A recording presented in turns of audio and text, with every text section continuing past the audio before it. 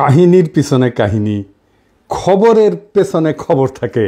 আপনারা সকলেই জানেন বাংলাদেশের সাথে আমেরিকার সাফল্যজনক বাণিজ্য চুক্তি চূড়ান্ত হয়েছে এবং এর ফলে বাংলাদেশের উপর প্রেসিডেন্ট ট্রাম্প 35% থেকে শুল্ক 20% নামাইয়ে নিয়ে আসছে। এর পেছনে কি কাহিনী আর এই খবরের কি মানে বাংলাদেশের জন্য, সেটা নিয়ে আজকে কথা বলবো। আমি 31 মার্চ 2025 একটা এপিসোড করেছিলাম আমেরিকার হৃদয়ে জয়, বাংলাদেশের অবিশ্বাস্য মিশন।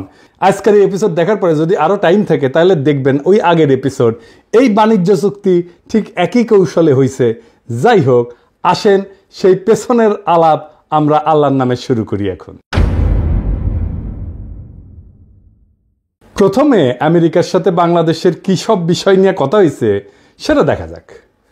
প্রেসিডেন্ট ট্রাম্প এপ্রিলের 2 তারিখে যে সমস্ত দেশের সাথে আমেরিকার বাণিজ্য বৈষম্য আছে তাদের উপর তিনি ব্যাপক হারে শুল্ক বৃদ্ধির ঘোষণা দেন। এরপর পরই আমাদের প্রধান উপদেষ্টা প্রফেসর ইউনূস ট্রাম্পকে একটা পত্র লেখেন, এই নতুন শুল্কের প্রয়োগ 90 দিনের জন্য স্থগিত করার অনুরোধ করেন। এই চিঠিতে ট্রাম্প এই অনুরোধ গ্রহণ কইরা বাংলাদেশ সহ সকল দেশকে 90 দিন সময় দিয়ে বলেন যে এর মধ্যে তাদেরকে আমেরিকার সাথে চুক্তিবদ্ধ হইতে হবে এই মর্মে যে তারা বাণিজ্য বৈষম্য দূর করার বিভিন্ন কার্যকর পদক্ষেপ নেবে। বাণিজ্য বৈষম্য বলতে কি বোঝায় তা আপনারা জানেন। তাও বলি, আমরা আমেরিকায় যে পরিমাণে টাকার পণ্য রপ্তানি করি, আমেরিকা আশা করে আমরাও সেই পরিমাণে পণ্য আমাদের দেশে আমদানি করব। আমেরিকাও আমাদের দেশে রপ্তানি করতে চায় সেই পরিমাণে পণ্য। খুব স্বাভাবিক চাওয়া, তাই না? ন্যায্য চাওয়া। সেটা না হইলেই বাণিজ্য বৈষম্য হয়। ইন্ডিয়াও ওই একই কাজ করে আমাদের সাথে, মানে আমাদের দেশে বেচে 100 টাকা আর আমাদের দেশ থেকে কেনে 4 আনার জিনিস। যাই হোক, ট্রাম্পের কাছে পাঠানো প্রফেসর ইউনূসের চিঠিতে আমরা জানতে পারলাম যে এর 2 মাস আগে তিনি হাই রিপ্রেজেন্টেটিভ ডক্টর খলিলুর রহমানকে, তিনি বর্তমানে একই সাথে জাতীয় নিরাপত্তা উপদেষ্টা, তাকে ওয়াশিংটনে পাঠাইছিলেন আমেরিকার কাছে এই প্রস্তাব দিতে যে বাংলাদেশ স্বতঃপ্রণোদিত হইয়া আমেরিকার সাথে তার বাণিজ্য বৈষম্য দূর করার পদক্ষেপ নিতে চায়। নিজে থেকেই বলছে বাংলাদেশ সর্বপ্রথম দেশ যে আমেরিকার কাছে এই ধরনের প্রস্তাব দেয়, দুনিয়ার মধ্যে প্রথম দেশ। এটা মাথায় রেখেন, লিখে রেখেন। চিন্তা কইরা দেখেন, ট্রাম্পের অ্যাকশনের 2 মাস আগেই প্রফেসর ইউনূস এবং ডক্টর খলিল বুঝতে পারছিলেন যে ট্রাম্প বাণিজ্য বৈষম্যের বিষয়ে অ্যাকশন নেবেন এবং তাই তারা এই আগাম পদক্ষেপ নেন। ট্রাম্প যখন এপ্রিলে শুল্ক বৃদ্ধির ঘোষণা দিলেন ততদিনে কিন্তু বাংলাদেশ বাণিজ্য বৈষম্য কমাই আনার কাজ শুরু করে দিচ্ছে, মানে আমরা আগাইছিলাম। ট্রাম্পের কাছে লেখা প্রফেসর ইউনূসের চিঠির একটা বিষয় লক্ষ্য করলে বোঝা যাবে যে তিনি বাণিজ্য বৈষম্য কমানোর এই কাজে আসলে কি হাসিল করতে চাইতেছেন। তিনি বলছেন যে বাংলাদেশ আমেরিকার কাছ থেকে অধিক পরিমাণে কৃষি পণ্য ক্রয় কইরা বাণিজ্য ঘাটতি মেটানোর চেষ্টা করবে। এটারে আমি বলছিলাম হার্টল্যান্ড, হৃদয় জয়। হার্টল্যান্ড মানে যে সমস্ত আমেরিকার প্রদেশ কৃষি পণ্য তৈরি করে। আমি ওই ভিডিওতে বলছিলাম হার্টল্যান্ড। এডিটর সাহেব এটা দেখা দেন না, সবাই না দেখুক আমি কি কইছিলাম। আমাদের একটা জিনিস এখানে বুঝতে হবে, আমেরিকায় হার্টল্যান্ড বলে একটা জায়গা আছে, মানে আমেরিকার হৃদয়। সো আমেরিকার এই হৃদয়কে আমরা কেন বিজয় করতে চাই? আমেরিকার হার্টল্যান্ড বলতে সাধারণত মধ্য পশ্চিমাঞ্চলের কৃষিভিত্তিক রাজ্যগুলোকে বোঝায়, যা আমেরিকার অর্থনৈতিক, সাংস্কৃতিক এবং রাজনৈতিক পরিচয়ের মূল ভিত্তি হিসেবে বিবেচিত হয়। এই রাজ্যগুলোকে বলা হয় হার্টল্যান্ড। তাদের ভৌগোলিক অবস্থান, কৃষির উপরে নির্ভরশীলতা এবং ঐতিহ্যবাহী আমেরিকার মূল্যবোধের জন্য তাদেরকে হার্টল্যান্ড বলা হয়। এদের রাজনৈতিক গুরুত্ব অপরিসীম, বিশেষ করে নির্বাচনী প্রক্রিয়া এবং নীতি নির্ধারণে। তাই আমরা এই হার্টল্যান্ডকে টার্গেট করব। দেখলেন তো কৃষি পণ্যের উপর তিনি জোর দিলেন কেন, এটা আমার ওই ভিডিওতে আছে। তারপরেও আমরা আরেকটু বুঝে দেখি। এটা আমরা বুঝতে পারলাম আমেরিকা বাংলাদেশের উপরে 20% শুল্ক ধার্য করার পর প্রকাশিত রয়টার্সের একটা খবর থেকে। রয়টার্সের এই খবরে বলা হয় যে শুল্ক আলোচনায় বাংলাদেশের প্রধান আলোচক বা lead negotiator doctor Khalilur Rahman বলছেন যে protecting our apparel industry was a top priority, but we also focused our purchase commitments on US agricultural products. This supports our food security goals and fosters goodwill with US farming states. ইংরেজি যেহেতু কইছে ঠিকই কইছে, তাই না? বাংলায় এটা মানে হইতেছে যে উনি বলছেন যে আমাদের বস্ত্র শিল্পকে, গার্মেন্ট শিল্পকে রক্ষা করা একটা প্রায়োরিটি কাজ, উচ্চ অগ্রাধিকার। সেটা সত্ত্বেও আমেরিকা থেকে কৃষিপণ্য আমদানি ছিল আমাদের ফোকাস। এতে আমাদের খাদ্য নিরাপত্তা বৃদ্ধি পাবে এবং আমেরিকার কৃষি নির্ভর রাজ্যগুলির সাথে আমাদের ঘনিষ্ঠতা বাড়বে। তিনি যেহেতু ইংরেজিত কইছেন, ঠিকই কইছেন, আর আমি বাংলাত কইছিলাম হার্টল্যান্ড, যে আমি হার্টল্যান্ডকে মানে আমেরিকার কৃষিপণ্য উৎপাদন করে যেই অঞ্চল, যে প্রদেশগুলো, সেগুলোকে বলে হার্টল্যান্ড। এই হার্টল্যান্ডের পণ্য আমরা কিনবো, তাই আমরা আমেরিকার হৃদয়ে জয় করব। তাই এই কথাটার অর্থ কি? যে আমেরিকা থেকে বেশি কৃষিপণ্য ক্রয় করে এক কথা, কিন্তু তিনি কেন খাদ্য নিরাপত্তার বিষয়টা টেনে আনলেন? আমরা জানি আমাদের দেশে 40-এর মন্বন্তর 74-এর দুর্ভিক্ষে লক্ষ লক্ষ লোক মারা যায়। এটা আমাদের জাতির কালেকটিভ মেমোরিতে আছে। যুদ্ধকালীন সময় এত লোক কিন্তু মারা যায় না। এরপর অপুষ্টিতে মারা যায় অগণিত মানুষ। এই স্মৃতি আমাদের এখনো তাড়া কইরা বেড়ায়। ফলে খাদ্য নিরাপত্তা আমাদের চিন্তার ডিএনএর ভিতরে ঢুকে গেছে এবং হইয়া দাঁড়াইছে আমাদের জাতীয় নিরাপত্তার 1 নম্বরের অগ্রাধিকার। খলিল ভাইকে যখন জাতীয় নিরাপত্তা উপদেষ্টা করা হলো, তখন চারিদিক দিয়ে কি হাউকা, উনি নিরাপত্তার কি বুঝেন? এবার বুঝ, নিরাপত্তা কারে বলে? খাদ্য নিরাপত্তা আমাদের জাতীয় নিরাপত্তার 1 নম্বর অগ্রাধিকার। খাদ্য কি মিলিটারি এলিমেন্ট নাকি রে বক্সোদ? আমেরিকা থেকে আমরা মোটা দাগে গম, সোয়াবিন আমদানি করি, সেই সাথে কিছু পরিমাণে ভুট্টাও কিনি। খাদ্যবস্তু ছাড়া আমরা তুলাও আনি সেই দেশ থেকে। আমাদের গম আমদানির প্রধান উৎস হচ্ছে ইন্ডিয়া, তার সাথে আছে রাশিয়া আর ইউক্রেন। রাশিয়ার উপর আমেরিকার স্যাংশন আছে, সে কারণে ওখান থেকে গম আমদানি আর সম্ভব না। ইউক্রেনের তো যুদ্ধগ্রস্ত, সেখান থেকেও আমদানি সম্ভব না, আর আমদানি পরিমাণ অনিশ্চিত। বাকি থাকে ইন্ডিয়া। ইন্ডিয়া থেকে আমাদের খাদ্যদ্রব্য আমরা বিনা পয়সায় তো কিনি না, তাই না? তাও এর সম্পূর্ণ মূল্য আমরা পরিশোধ করি। তবু আমরা দেখতে পাই ভারত প্রায় বিনা নোটিশে খাদ্যবস্তু এবং অন্যান্য পণ্যের উপরে রপ্তানি বাধা আরোপ করে, রপ্তানি বন্ধ করে দেয়। এমনকি চাল রপ্তানি বন্ধ করে দিছিল। শুধু তাই না, আবার কইয়া বেড়ায় হাঙ্গারে নাকি ওরা খাওয়ায়, খিলায়। ওরা না খেলে নাকি আমরা চলতেই পারবো না, আমরা না খেয়ে মরবো। আমরা টাকা দিয়ে শুধু ভারতীয় পণ্য কিনলেই চলবে না, আমাদের কৃতজ্ঞ থাকতে হবে যে ইন্ডিয়া আমাদের বেচিচ্ছে। চিন্তা করেন, মানে ইন্ডিয়া আমাকে মারবে, আবার টাকাও নিবে। হ্যাঁ, বুঝেছাও? এটা হইতেছে ইন্ডিয়া। তো ওদের কাছ থেকে কেন কিনবো আমরা? ওদের ভোমা ভোমা ইন্ডিয়ান পেঁয়াজ ছাড়া চলিচ্ছে না আমাদের। এক সময় বলতো না ইন্ডিয়ান পেঁয়াজ ছাড়া আমাদের চলবে না, চলে, এখন চলিচ্ছে আমাদের পেঁয়াজ ছাড়া। ওদের ধরে চটাস করে থাপ্পড় মারবেন যারা এটা কথা বলতো এক সময়। ইন্ডিয়ান ফ্যাক্টরি যেগুলো বাংলাদেশে বানাইছে না, বন্ধ করো কয়ে দিলাম আগে, নয়তো ধানমন্ডি 32 নাম্বার কইরা দিব, পরে আবার কইও না, সাবধান করি নাই। তার মানে ধরেন আমাদের যখন বিশেষ প্রয়োজন, তখন এমন অবস্থা হইতে পারে যে ভারত আমাদের খাদ্য রপ্তানি বন্ধ করে দিচ্ছে।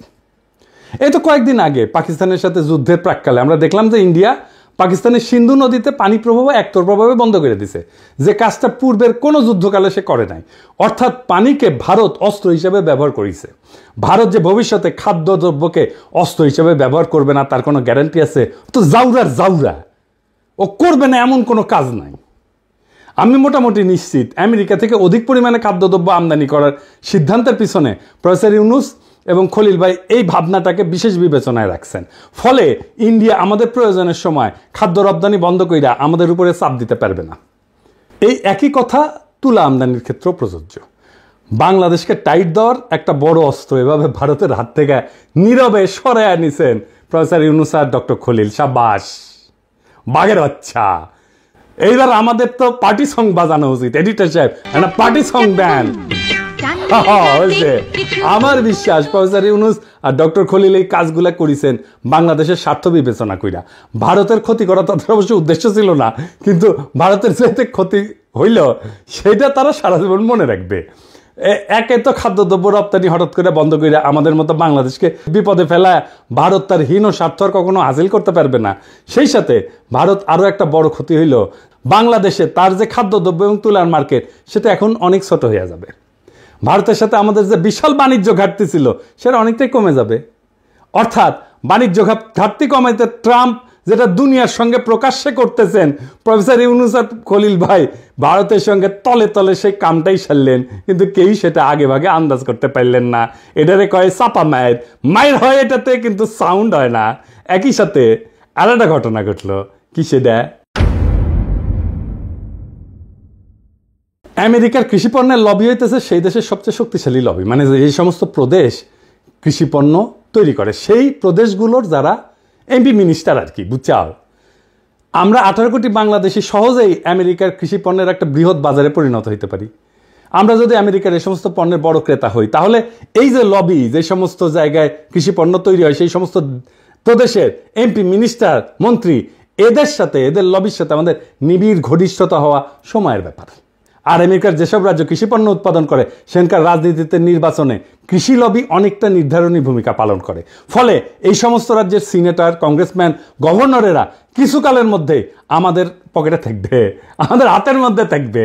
আমি আশা করি আগামীতে যারা নির্বাচিত হবেন, তারা এই বিষয়টা বিশেষভাবে যত্নের সাথে খেয়াল করবেন, এটাকে নারিশ করবেন, এটাকে পুষ্ট করবেন, এই সম্পর্কটাকে ধরে রাখবেন, আরো সমৃদ্ধ করবেন। আমেরিকায় ভারতের যে প্রভাব, সেটা সে নিজের প্রয়োজনে বাংলাদেশের বিরুদ্ধে ব্যবহার করতে পারে। আমাদের সাথে ঘনিষ্ঠ সম্পর্ক থাকলে আমেরিকার কৃষি লবি আমেরিকায় বাংলাদেশের বিরুদ্ধে ভারতের যে কোনো চক্রান্তকে নস্যাৎ করে দিতে পারবে, সেই শক্তি তাদের আছে। অর্থাৎ আমেরিকান কৃষি লবি আমাদের সঙ্গে থাকলে আমেরিকাকে ভারত আর বাংলাদেশের বিরুদ্ধে কাজে লাগাইতে পারবে না, এইটা লিখে রাখতে পারেন। ইতিমধ্যেই শুল্ক আলোচনার সময় আমেরিকার তুলা, গম এবং সোয়াবিনের লবি বাংলাদেশের সপক্ষে কাজ করছে এবং আমরা তার সুফল পাইছি, আপনারা তো দেখতেই পাইতেছেন। মোট কথা, ভারত বাংলাদেশে তার কৃষি পণ্যের বাজার শুধু হারাবে না, সেই সাথে বাংলাদেশের বিরুদ্ধে আমেরিকাকে ব্যবহার করার সুযোগ তার হাতে আর থাকলো না। এর থেকে নিশ্চয়ই বুঝতে পারতেছেন যে কি ধরনের দূরদর্শিতা নিয়ে নীরব কৌশলের সাথে প্রফেসর ইউনূস আর ডক্টর খলিল আমেরিকার সাথে আমাদের বাণিজ্য আলোচনার বিষয়টা বাংলাদেশের অগ্রাধিকারমূলক জাতীয় স্বার্থে আগাইয়ে নেওয়ার কাজে ব্যবহার করছেন। বাংলাদেশের এই কৌশলে ভারত আর কি বিপদে পড়ল? ভারত আমেরিকার কৃষি পণ্যের উপরে, মানে আমেরিকা থেকে ইন্ডিয়াতে যে সমস্ত কৃষি পণ্য রপ্তানি হয়, তার উপরে 40% শুল্ক ধার্য করে। ভারতে কৃষি পণ্য উৎপাদনের খরচ আমেরিকার চেয়ে বেশি। চড়াহারে শুল্ক ধার্য না করলে আমদানি করা খাদ্যদ্রব্যের দাম স্থানীয়ভাবে, মানে ভারতে উৎপাদিত পণ্য কৃষি পণ্যের চাইতে কম হবে। অত্যধিক শুল্ক ধার্য কইরা বাইরের পণ্য আসতে না দিয়া ভারত কৃত্রিমভাবে আভ্যন্তরীণ কৃষি উৎপাদন বজায় রাখছে বছরের পর বছর ধরে। আমেরিকা কিন্তু বহুদিন ধরে ভারতকে শুল্ক কমানোর জন্য চাপ দিতেছিল, কিন্তু ভারত শুনে নাই। কারণ এতে ভারতের কৃষকেরা আন্দোলন করে শুরু করে দিবে, কৃষকের পণ্য বিক্রি হবে না। তো আমেরিকার সাথে ভারতের এইবারে শুল্ক আলোচনা ভেঙে যাওয়ার একটা প্রধান কারণ হইল ভারত কোনো অবস্থাতেই আমেরিকার কৃষি পণ্যের উপর শুল্ক কমাবে না, আর আমেরিকাও এই শুল্ক না কমাইলে ট্যারিফ কমাবে না। এখন বাংলাদেশ এই শুল্ক শূন্যে নামায় ফেলছে, শূন্য।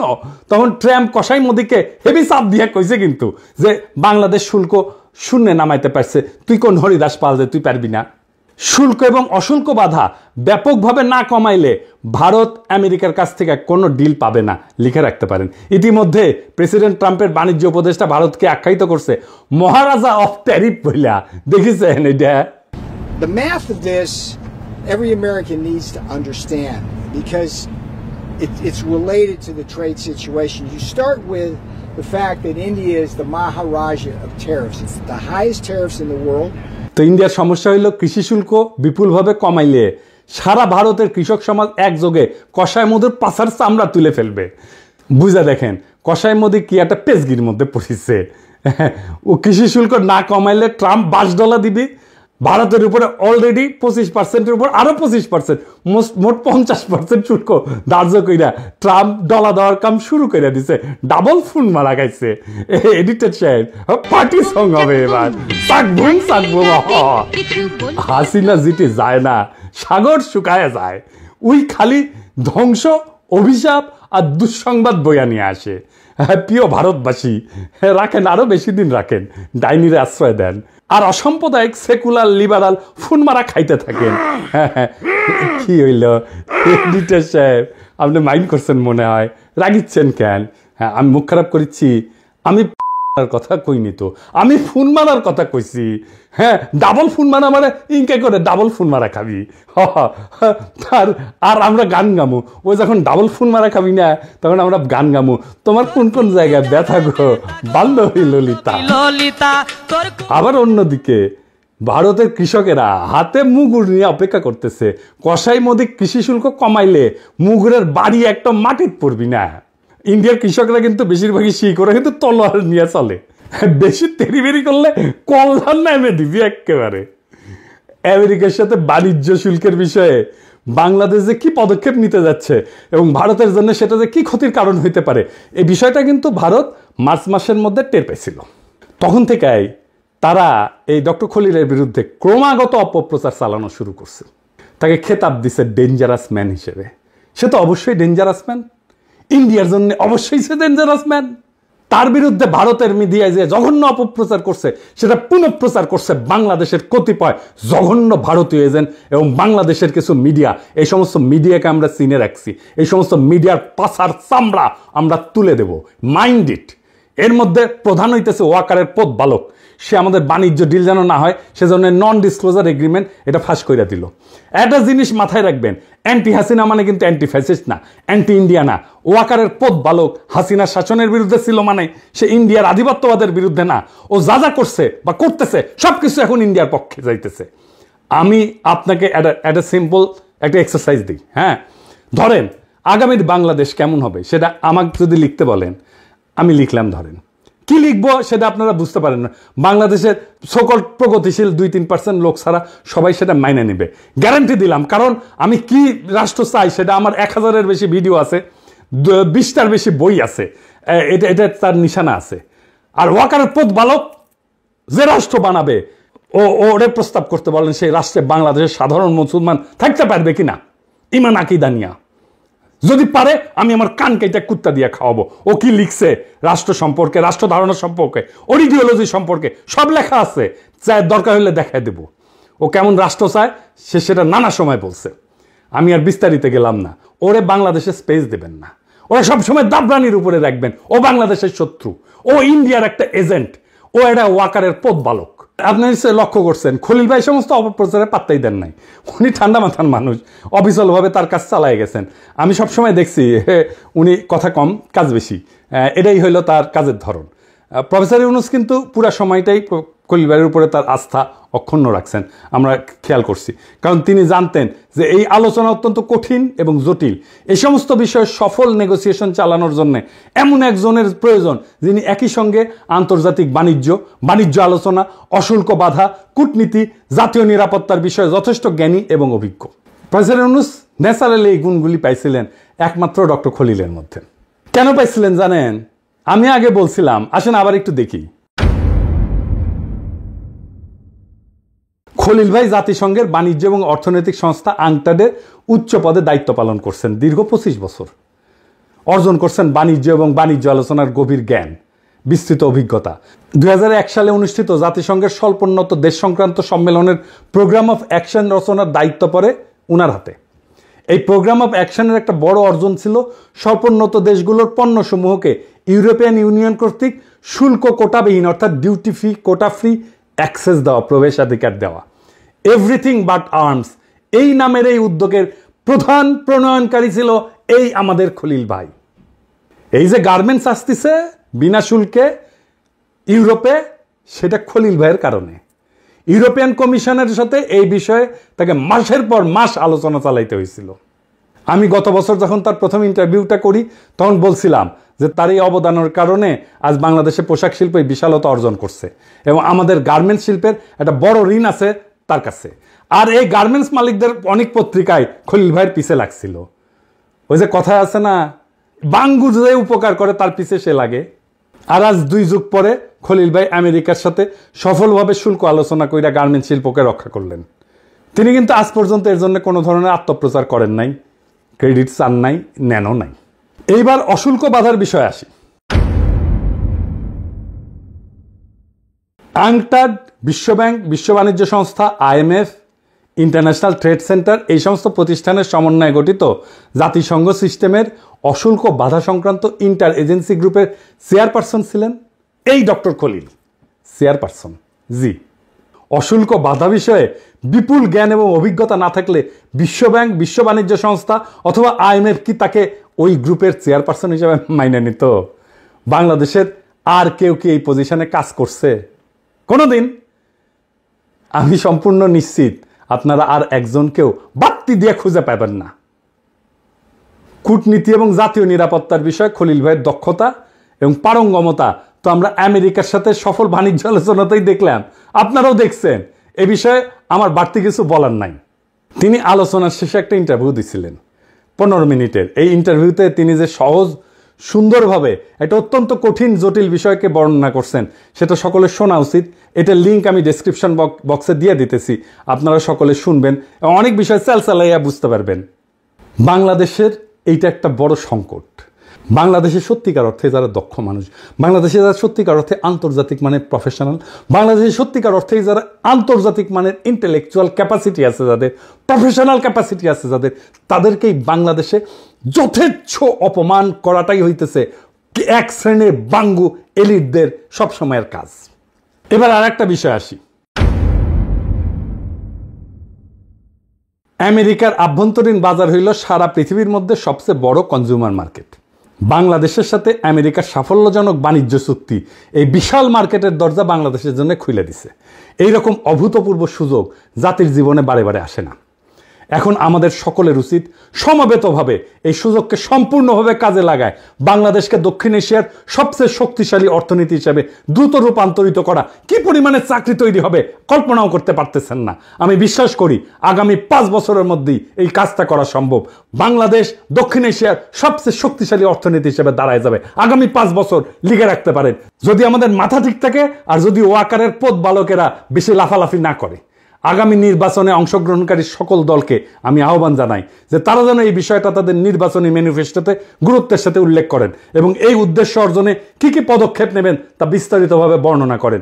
আমি আশা করি নির্বাচনের আগে এই বিষয়ে অন্তর্বর্তীকালীন সরকার যে সমস্ত পদক্ষেপের সূচনা করবেন তার প্রতি সকল মহলই পূর্ণ ও সক্রিয় সমর্থন দেবেন। সবশেষে একটা কথা না বললেই না। আমেরিকার সাথে বাণিজ্য আলোচনার এই দ্বিতীয় রাউন্ডের আগে খলিল ভাইয়ের বড় ভাই অসুস্থ হয়ে ঢাকার এভার কেয়ার হসপিটালে ভর্তি হন এবং তাকে লাইফ সাপোর্টে রাখা হয়। আমরা জানলাম, খলিল ভাইকে জানানো হইল এবং খলিল ভাই দ্রুত ওয়াশিংটন থেকে ঢাকায় আসেন ভাইয়ের পাশে দাঁড়ানোর জন্যে। এইরকম একটা অবস্থায় আলোচনার দ্বিতীয় রাউন্ড শুরু হয়। ওয়াশিংটনে দিনের বেলায়, বাংলাদেশ সারা রাত ধইরা খলিল ভাই অনলাইনে ওই মিটিংয়ে পার্টিসিপেট করতেন। একদিকে হাসপাতালে মৃত্যু পথযাত্রী বড় ভাই, অন্যদিকে 3টা-4টা রাত পর্যন্ত জায়গা খলিল ভাই নেগোসিয়েশন পরিচালনা করেন। কি অবস্থা দেখেন। আর এই খলিল ভাইকে নিয়ে কি করছে এই হারামজাদাগুলো সারা বাংলাদেশে। এই ফ্রেমওয়ার্ক এগ্রিমেন্টের 90 ভাগের উপরে ঐক্যমত হয় এই রাউন্ডেই। এই ধরনের গভীর কর্তব্যনিষ্ঠা, খাঁটি দেশপ্রেম আমি খুব একটা দেখি নাই।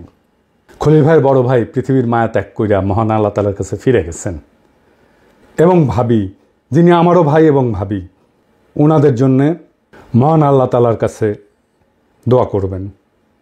এই পুরো ঘটনার ভিতর দিয়ে আমরা কি শিক্ষা পাইলাম?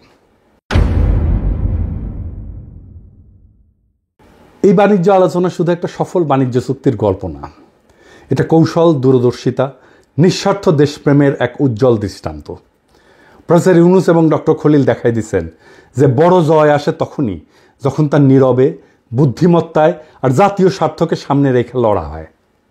ভারতের হাত থেকে বাংলাদেশের উপরে চাপ সৃষ্টি করার 2টা বড় অস্ত্র, খাদ্য এবং তুলা, তারা এক ঝটকায় সরায় নিলেন। একই সাথে আমেরিকার সবচেয়ে শক্তিশালী কৃষি লবিকে আমাদের মিত্রে পরিণত করলেন।